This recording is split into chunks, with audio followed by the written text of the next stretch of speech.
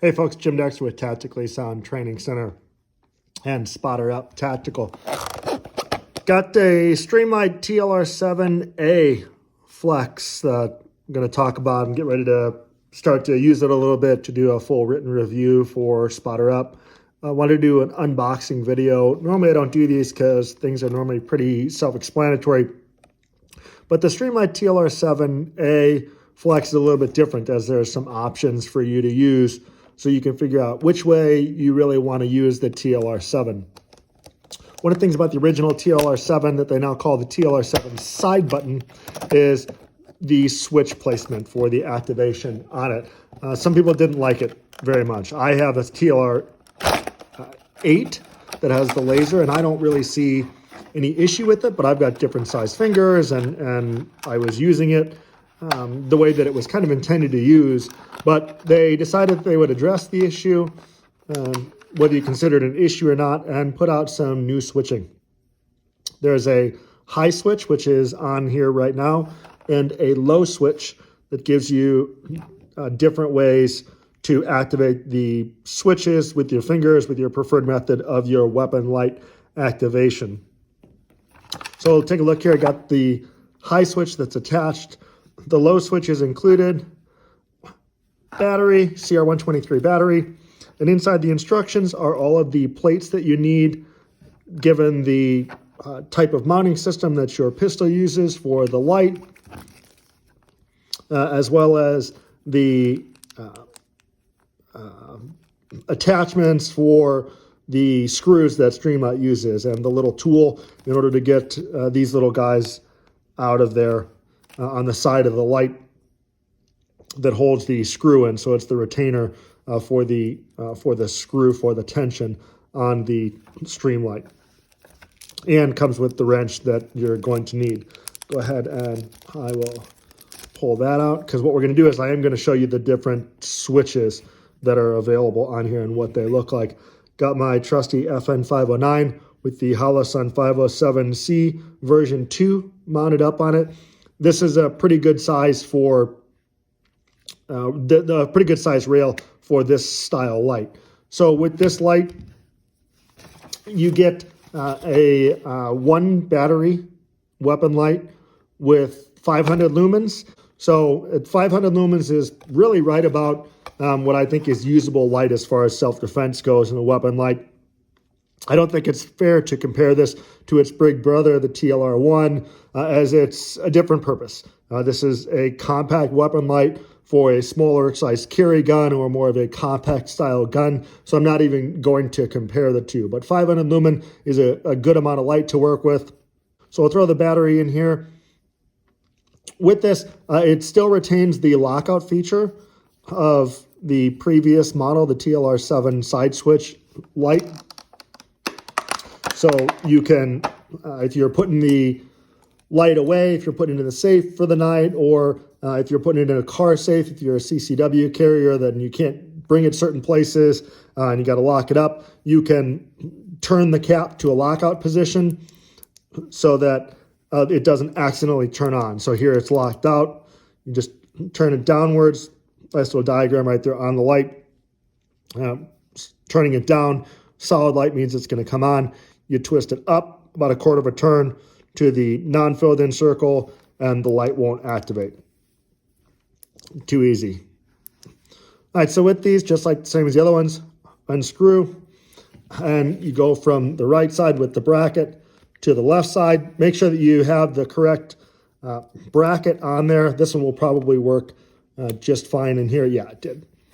So right side to left side, clamp that down, and I'm just going to do this by finger. You can use a screwdriver if you want and get a little bit of tension on there in order to secure that down.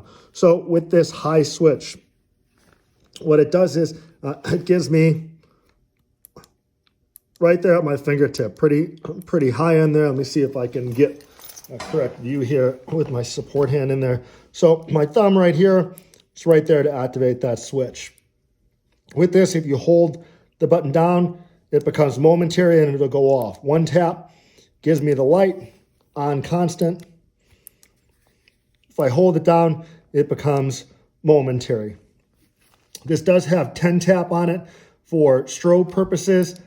That comes factory set to just be constant on or momentary. You have to go in and do the 10 tap procedure in order to get it to strobe. With the strobe, it's the same as the TLR versions, the TLR1 versions and 2 versions that have strobe. It's just a double tap of the switching in order for it to activate the strobe mode. So I'm going to go ahead and pull this off, and we'll put the low switch on, and I'll let you all see what that low switch looks like on there and how it works relative to my finger. That thing's been safety checked, empty, clear for all you safety folks out there. So with this, you just use the included wrench and you remove the 2 screws that hold these switches on and swap them out. So I liked my 7. I normally carry a full-size gun. I'm sorry, I liked my original 8, the TLR-8. Those of you who have been in my classes, you see my 509. I bring it out to use the laser in a drawn presentation demo. I think it has a good form factor with some of the smaller railed guns. I think that it puts out the right amount of light that you would need for a personal protection weapon or weapon light. And there's holster options out there, especially as these smaller lights become more commonplace on your smaller guns. And it still allows you to utilize a weapon mounted light in conjunction with what should also be your personal handheld light without sacrificing a lot of space on your rig or your setup with a larger light such as a TLR1 or a TLR2. The 7 and the 8 are good alternatives for that. So get these set here. I missed one on the bottom. So 3 screws, 2 at the top, 1 at the bottom.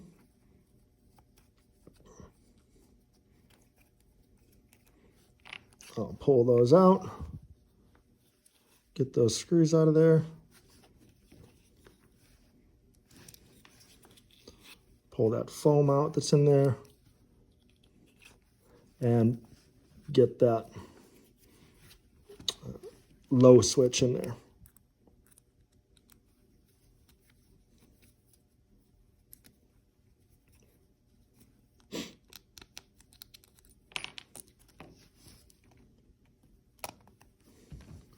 So I'll get this going in here. So I'll be doing a full review on this in a print edition. Just wanted to show you all what comes in this box with this flex.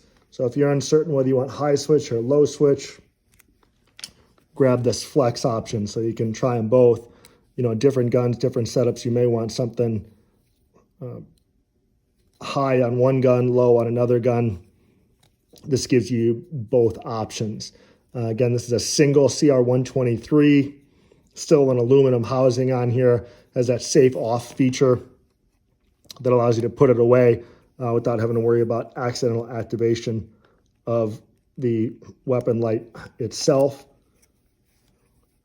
And again, it comes with all the keys that you would need in order to mount this correctly on the gun that you have. It is waterproof. And they're pretty light. I'm looking at the sheet here, 2.4 ounces on this. I'm not going to put that 3rd screw on there. I'm just going to back this off and show you all what this looks like. There we go, low switch is on. So that's the low. Tighten that down a little bit just so it doesn't move around on me. And so this is the low switch. So on this side here, a little bit further down in that trigger guard in there. Let's get my support hand in here. So a little bit lower down there. That trigger activation is pretty smooth though. If you were to be doing a draw and activate the light on your draw, you can slide along it without having to worry about curling in towards the trigger itself. The low, right down there again. Same with the high switch. Hold it down and it's momentary. 1 tap and it's on.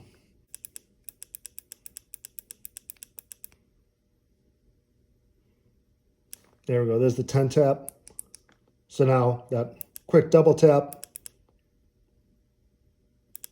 gets that in there.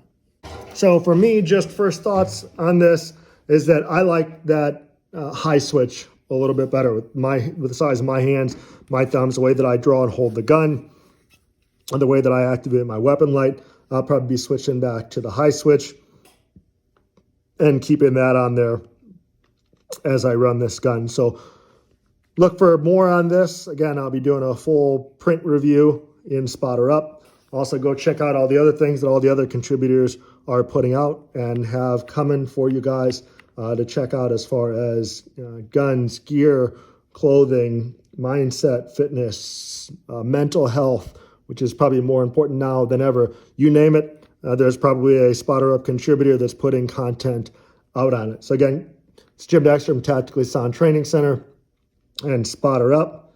Get trained, stay equipped, be willing, and most importantly right now, everybody, be well.